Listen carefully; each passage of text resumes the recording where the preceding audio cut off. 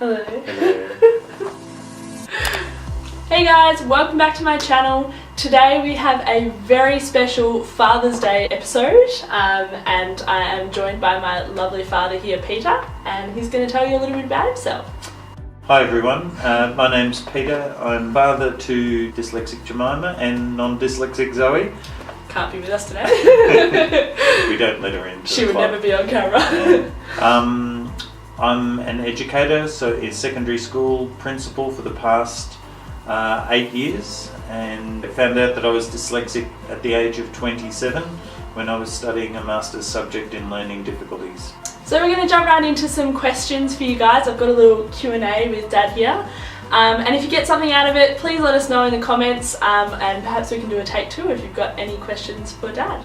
So Dad, what were some of the initial signs that you spotted as I was growing up? What were some of the things that perhaps you noticed in me that were a little bit different to the way that Zoe was developing? I think you reminded me a lot of myself growing up, and I know I was petrified to read to Zoe when she was young, and with you I had no problems with that because we were both as bad as each other. Fair enough. It was just like a general delay, and not in any way linked to your intelligence, but you just didn't like to read, and I could relate to that. I think there were also some difficulties. Certainly learning the times tables was a major struggle, and even though I actually teach maths myself, basically every time I teach it I have to remember my own times tables, so I could feel your pain there. And certainly the D's and B's, G's, any of the vowels, they were all pretty interesting. So what were some of your main concerns when I was growing up? Knowing that I might have had dyslexia, what were some of your main worries about that possibility?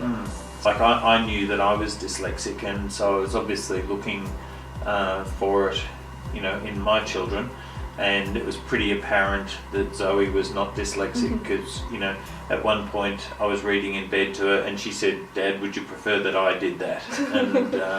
And I pretty much knew that she was fine. With you, when it became apparent that that it wasn't coming as naturally to you, I guess it actually triggered a lot of memories about how bad school was for me, and I really didn't want that for you, and so that was a real worry because I just knew how difficult life can be going through school, and so yeah, I guess it made me relive how crappy my own school experience was.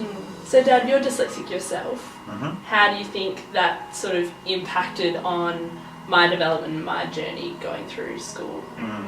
I think you and I can relate together at a level that a lot of people can't. Like, I sort of know how you think, and I think you know how I think, and that's something that's pretty special to share. And I think fortunately, because I'm in education, I've got some degree of training as well as having a lived understanding of what dyslexia is. It also gave me an understanding of how best to help you, particularly just de-stressing some of the messages that school gives, because school makes so much of this ability to be able to read and to be able to spell, and because I am an educator, I was able to say, don't worry about it, it's not you, it's the system. Yeah. What were some of the things that you tried to do at home to support me both academically and also psychologically? In some ways I think psychological is the most important one, because dyslexia can really crush your confidence as a learner, and particularly given that Zoe was like a natural academic, it was really important not to compare you, and also to explain to her not to sort of pay out on you too much or try to. Just because, in comparison you were so different. I think I was also able to show you some strategies that played to your strengths, probably in those early days, and it was sort of before phonics had really been identified as the best way to learn.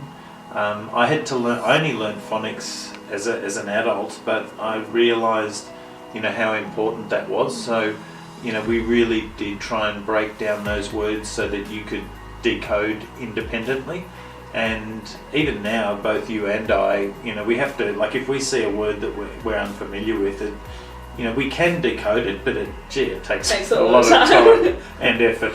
Yeah. So I think there were also some things like with the times tables, bribing you with chocolate, but also singing them, because rhyme seems to work really well. Like, even with alphabet, if I don't sing the alphabet in my head, I don't know how to do it. And so I knew that was a good strategy for you, and we also danced the times tables, if you remember. I don't remember that. We did. I'm pretty scarred bad from my dancer. memory. Do you have any regrets? Are there things that perhaps you look back on and you think, I could have done this a little better in order to support me, or something that you wish we had in place back then? I did taught you to do things like the times table grid. I'm pretty stubborn, so we just kept on at that and didn't really work. I guess the other thing that in hindsight I would have done is introduced you to some other young dyslexic people. Yeah. So, like, rather than it just be you and I against the world, if we had have actually formed a support group back then, I think that would have made you feel less isolated and less academically alone. And what would your advice be to other fathers or other parents who are going along this same journey? What would your advice be to them? I guess the first thing is, particularly if you suspect that you might be dyslexic yourself, I know that there is a tendency to actually pay out pretty badly on your own child that is dyslexic, and that's because you understand just how much pain is involved. And so I know that there are parents that almost torture their kids to master spelling and reading, and frankly it's just not going to happen, and you're going to end up destroying the relationship. So for all dyslexics, no matter how old you are, it's to understand that it's not you. It's just it's like being blind. You can't influence that. The way we're wired. It's just the way that we're wired. I think one of the other things that I would say is really look at who some of the hugely successful people are in the world that are dyslexic. And really most of the people that have changed the world in significant ways, a huge proportion of them are actually dyslexic, because 30% of entrepreneurs are dyslexic. And 40 to 50% of the prison population. So there you go, Not you've got so one good. or two ways to go.